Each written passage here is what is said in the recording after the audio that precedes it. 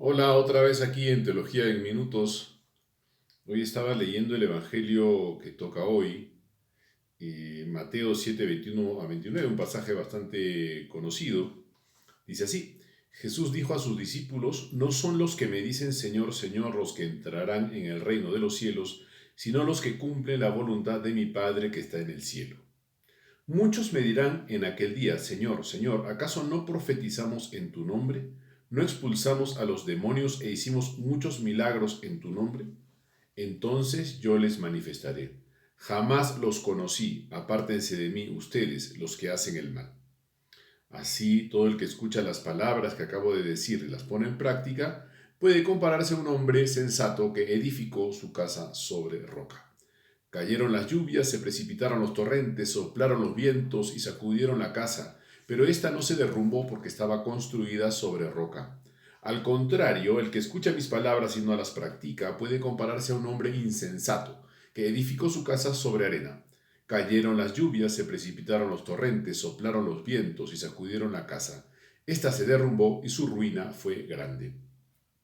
Cuando Jesús terminó de decir estas palabras, la multitud estaba asombrada de su enseñanza, porque él les enseñaba como quien tiene autoridad y no como sus escribas. Palabra de Dios, te alabamos, Señor. Bien, acá hay algo interesante, ¿no? Porque parece haber una contradicción. Al comienzo critica a los que dicen Señor, Señor y no cumplen la voluntad del Padre.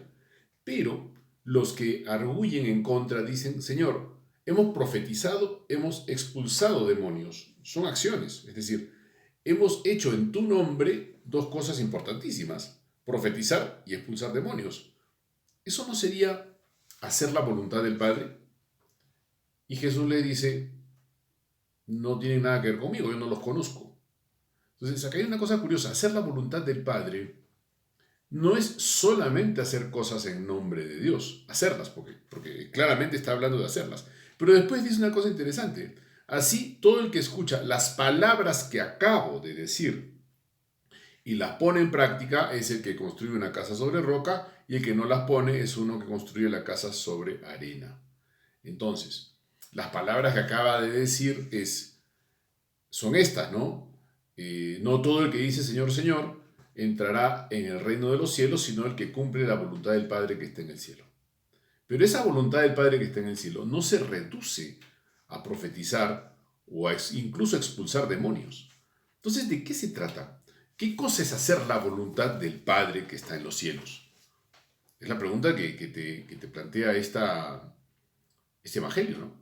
Porque claro, parecen no ser las acciones. Poner en práctica no son solo acciones. O pareciera ser que ni siquiera son acciones, porque estos señores que argumentan, ¿no? Pero Señor, si hemos profetizado, hemos expulsado demonios, y eso no alcanza, eso no era lo que nos pedías, ¿por qué Cristo los rechaza? Porque dice, es que eso no es cumplir la voluntad del Padre que está en los cielos. ¿De qué se trata?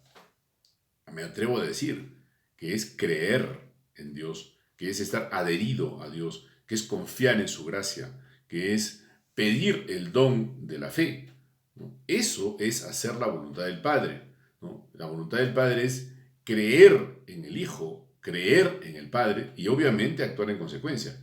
Es interesante cómo este Evangelio no califica como un check la acción, que sería poner en práctica la palabra de Dios. La principal práctica, la práctica de todas las prácticas, es la fe, que obviamente se expresa en obras, pero las obras solas, sin la fe, no tienen sentido, así como la fe sin obras tampoco. Y ninguna de las dos cosas existe realmente de cara al reino de Dios sin la humildad. No me acuerdo ahorita que Santo dijo una cosa que a mí se me quedó muy grabada. La siguiente: la humildad sin obras te puede llevar al cielo. Las obras sin humildad de ninguna manera. Entonces, creo que esto es muy importante, ¿no? La principal práctica de escuchar la palabra de Dios, de practicar la palabra de Dios, es la humildad que nos lleva a creerle. Y desde allí surgen todas las verdaderas obras que nos llevan al cielo. Gracias, nos vemos en la próxima.